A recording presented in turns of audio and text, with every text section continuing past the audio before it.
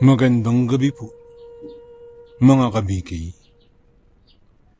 Welcome po sa ating Barangay Kapre. Ako po muli, si Boy Kapre.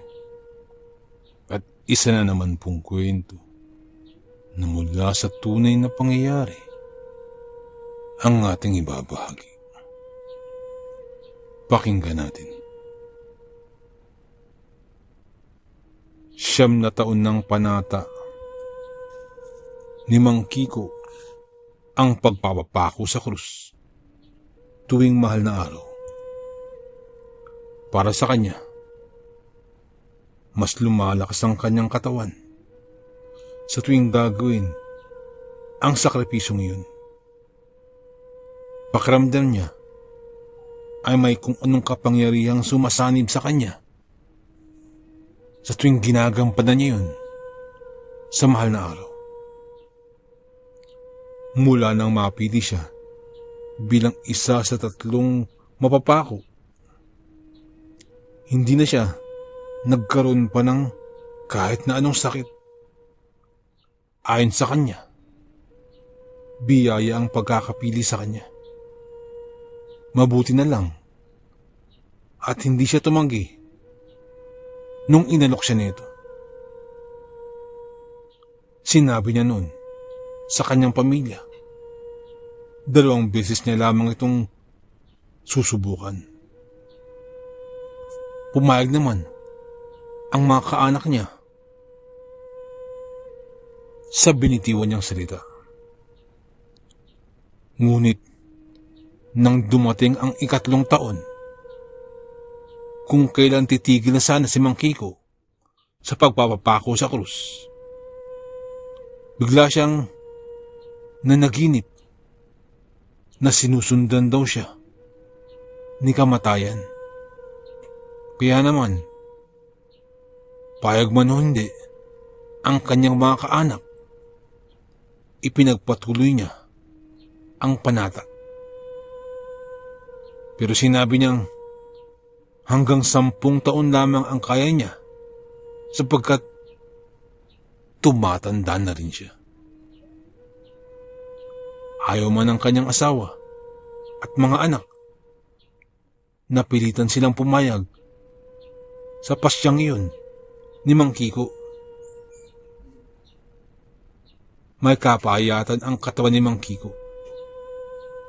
May kahaba ng buhok na medyo kulot na bumagay naman sa katauhan ng kanyang gagampanan na si Panginoong Hesukristo. Sa 9 na taong pagganap bilang Panginoong Hesukristo na ipinapako sa krus, hindi na nagpaputol pa ng buhok si Mang Kiko. Ipinupusod na lamang niya ito upang hindi sagabal sa kanyang trabaho bilang isang panday.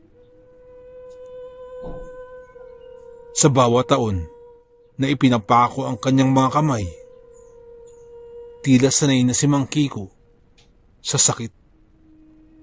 Sa totoo lamang, ay parang hinahanap-hanap pa nga ng kanyang katawan ang ganitong sakit taon-taon. Di ka ba natatakot sa ginagawa mo, pare? Tanong ng kanyang kaibigan na si Pedring. Hindi naman, pare. Pero ang pamilya ko, sila ang natatakot para sa akin. Pero sa akin, wala akong kaba. Sabi ko nga sa kanila, kung oras nyo na, oras mo na.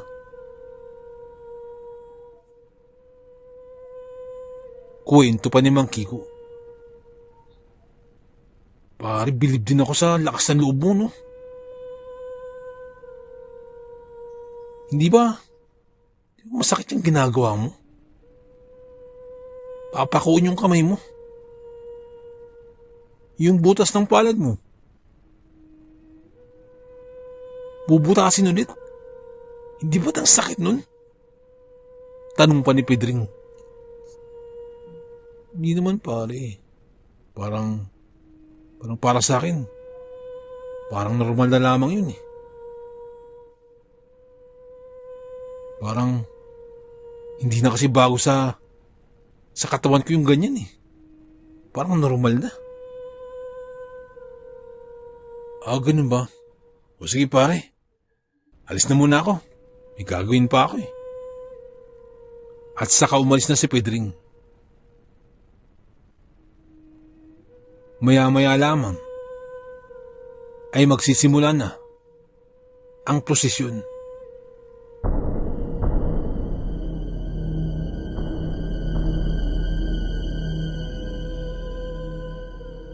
Pare, ikaw na munang bahala dito sa pandayan ha. May prosesyon eh. Gaganap muna ako sa aking panata. Sambit pa ni Mang Kiko. O sige pare, mag-iingat ka ha. Ingatan mo sarili mo. Pagpapaalala pa ni Mang Pedring kay Mang Kiko. Umalis na nga si Mang Kiko. At ito ang huli niyang pagpapapako sa krus. Ang kanyang ikasampu. Eksaktong 1:00 ng hapon, sinimulan na ang pagpapahirap kay Mang Kiko. Hinahampas siya ng latigo sa likuran. Humuhulma ito at bumabaon pa sa kanyang balat. At unti-unting namuo ang dugo sa kanyang likuran.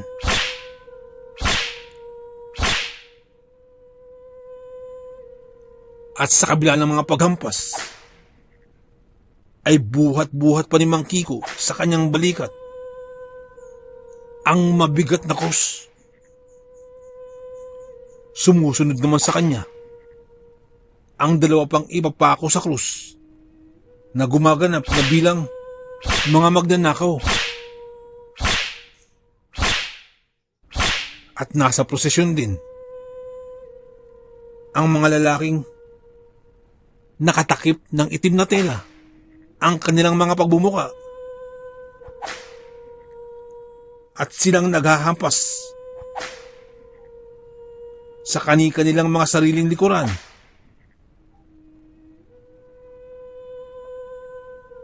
At kahit dugoan na ang mga ito, patuloy pa rin sila sa kanilang pagpipinitensya. Sa tabi ng daanan ay maraming nanunood. Ang iba ay may hawak pang mga kamera at mga videocam upang makuna ng larawan at makuha sa video ang pagpipinitensya na yun. Wala namang pakialam si Mang Kiko sa mga nanunood at sa pagpapahirap sa kanya. Para sa kanya, ito na ang kanyang huling pagpapapako sa krus. Kaya, gagawin niya itong makatotohanan. Kung dati ay mahina lamang ang paghahampas ng latigo sa kanyang likuran, ngunit sa pagkakataon ngayon, ay siya na mismo ang nag-utos sa mga humahampas na lakasan ang pagpalo na parang totoo. At gayon nga ang nakikita ng mga tao. At kahit hirap na si Mang Kiko, tinitiis niya lamang ang lahat ng ito. At nang dumating sila sa bundok ng Kalbaryo, ay isa-isa nang ipinako sa krus ang 3.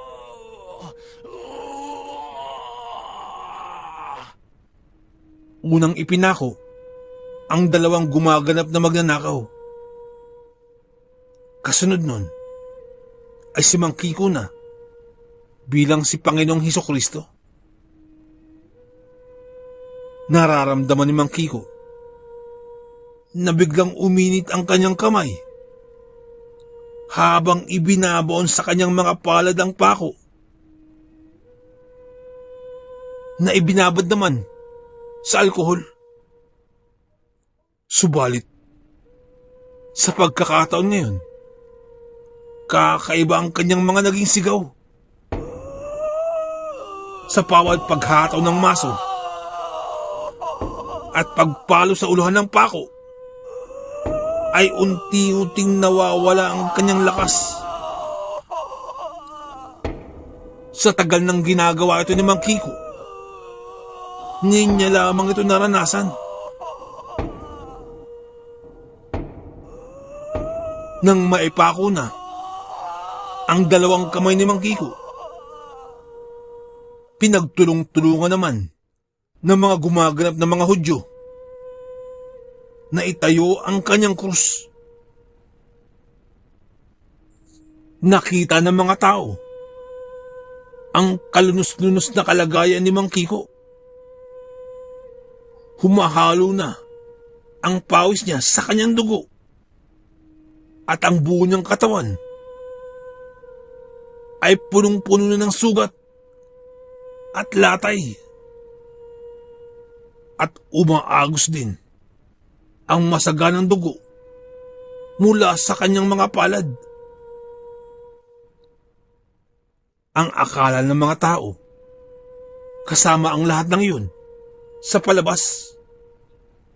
Ngunit ang katotohanan, kinakabahan na si Mang Kiko sapagkat hindi na normal ang pagdaloy ng kanyang dugo mula sa kanyang palad.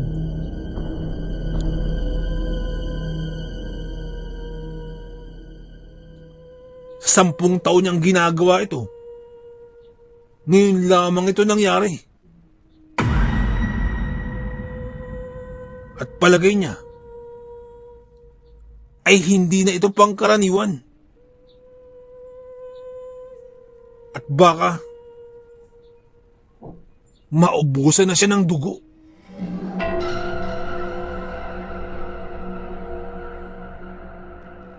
Kailangan niya pang mag-antay ng 2 oras bago ibaba sa krus. Kailangan kasing antayin ang pagsapit ng 3:00 ng hapon.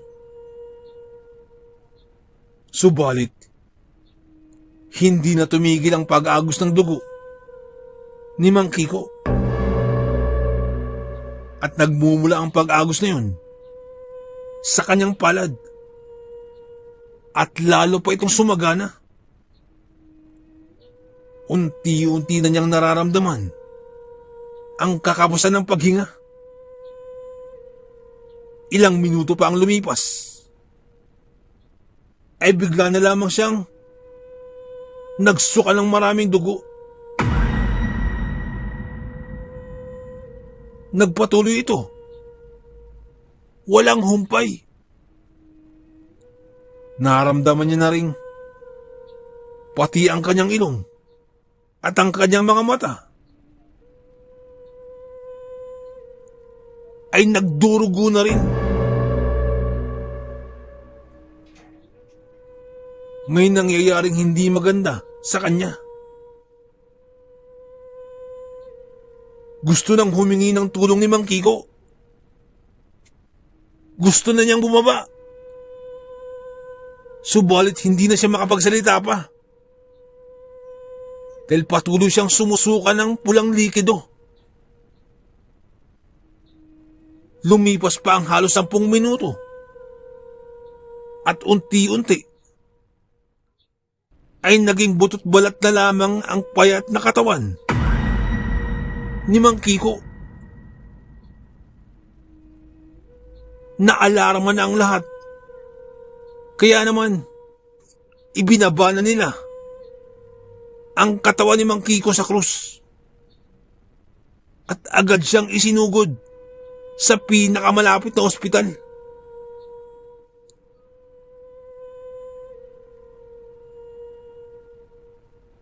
Nataranta ang mga tao pagkakita kay Mang Kiko. at kaagad siyang isinugod sa pinakamalapit na pagamutan. Sa kasamaang palad, ay sa unang pagamutan pa lamang na kanilang pinagdalhan kay Mang Kiko, ay hindi na ito tinanggap ng pagamutan. Pagkakita pa lamang ng doktor kay Mang Kiko na nagdurugo ang mga mata at ilong, ay tumanggi na agad ang doktor na tanggapin si Mang Kiko. At lalong nataranta ang mga taong tumulong kay Mang Kiko. Hanggang sa umabot pa sa bayan ang pinagdalhan kay Mang Kiko. Saka pa lamang siya tinanggap sa isang pagamutan. Subalit, nang makita ng doktor si Mang Kiko, ay tila napailing na ito na para bang nagpapahiwatig sa hindi magandang kalagayan ni Mang Kiko. Tarantang napasugod ang pamilya ni Mang Kiko sa pagamutan sa bayan. Subalit, agad din silang tinapat ng manggagamot na sumusuri kay Mang Kiko. Ikinalulungkot ko po, pero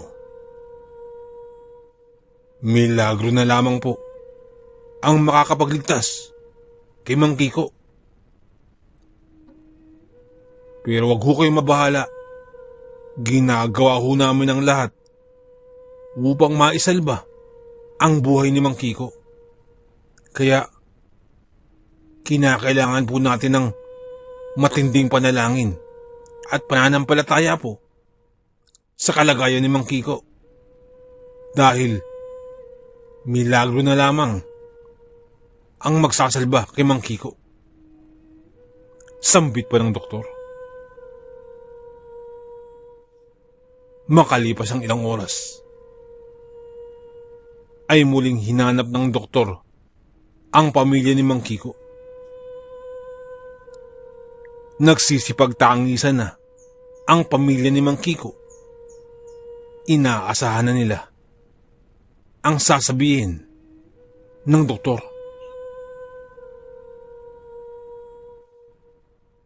Misis, lakasan niyo pa ho ang panalangin sapagkat unti-unti na hong bumubuti ang kalagayan ni Mang Kiko. Medyo mahina pa ho ang kanyang katawan. Pero magandang balita po, ligtas na ho siya sa kapahamakan. Kailangan na lamang ho na magpalakas si Mang Kiko sapagkat naapektuhan ang ilang bahagi ng kanyang katawan, bunga ng lason. Bumuhos ang luha ng kagalakan nang marinig ang magandang balita mula sa doktor. Ayon sa doktor, lason ang naging sanhi ng kinasapitan ni Mang Kiko. Isang pamatay ng peste ang natagpuan na nakahalo sa pako na siyang ginamit sa pagpako kay Mang Kiko. Iyon ang sanhi ng kinasapitan ni Mang Kiko. Ang katotohanan, ang may gawa ng paglason kay Mang Kiko ay gawa ng kanyang sariling kapatid na si Mang Julio. Sapagkat noon pa man ay may namumuong hidwaan na dito tungkol sa lupa na kinatitirikan ng pandayan ni Mang Kiko. At gusto ni Mang Julio na mapasa kanya ang lupa na yun. Makalipas ang ilang buwan, ay kamanghamanghang nakabalik ang dating sigla ni Mang Kiko. At sa kabila ng pagpigil ng kanyang pamilya, si Mang Kiko ay hindi tumigil sa kanyang panata na ayon sa kanya, ang nagbigay sa kanya ng pangalawang buhay at para sa kanyang bilang pasasalamat ay itinuloy ni Mang Kiko ang kanyang panata. Ang kapatid ni Mang Kiko naman na si Mang Julio ay nagkaroon ng hindi pangkaraniwang karamdaman at dahil dun ay iniwan ito ng kanyang pamilya at nasaid ang kabuhayan. Subalit, sa kabila ng karumal-dumal na ginawa ni Mang Julio kay Mang Kiko, ay walang halong pag-iimbot at galit. Ay si Mang Kiko pa rin ang umako sa kanyang kapatid at nag-alaga. At pinatira ito sa kanyang sariling pamamahay. At sa halos araw-araw ay umiiyak si Mang Julio, dala ng pag-usig ng kanyang konsensya sa nagawa niya sa kanyang kapatid. Minsan ay natanong si Mang Kiko ng kanyang mga anak na kung bakit wala man lamang siyang bahid ng galit sa kanyang kapatid. Dahil kamuntikan siyang patayin nito. Ayon kay Mang Kiko, nung siya ay nasa ospital, ay may pumasok na isang lalaki sa kanyang kwarto at ginising siya nito. Inakala niyang nurse ang tao o isang manggagamot. Subalit, nang mapansin niya ang kamay ng tao na yun, ay may butas ang kamay nito sa magkabilang kamay. Doon siya nakaramdam ng panibagong lakas. At dahil dyan, ay gusto niyang ibahagi ito sa iba pang mga tao, ang pagmamahal na mula sa Diyos Ama. Magpasa hanggang ngayon, kahit may katandaan na, tuloy pa din si Mang Kiko sa kanyang panata.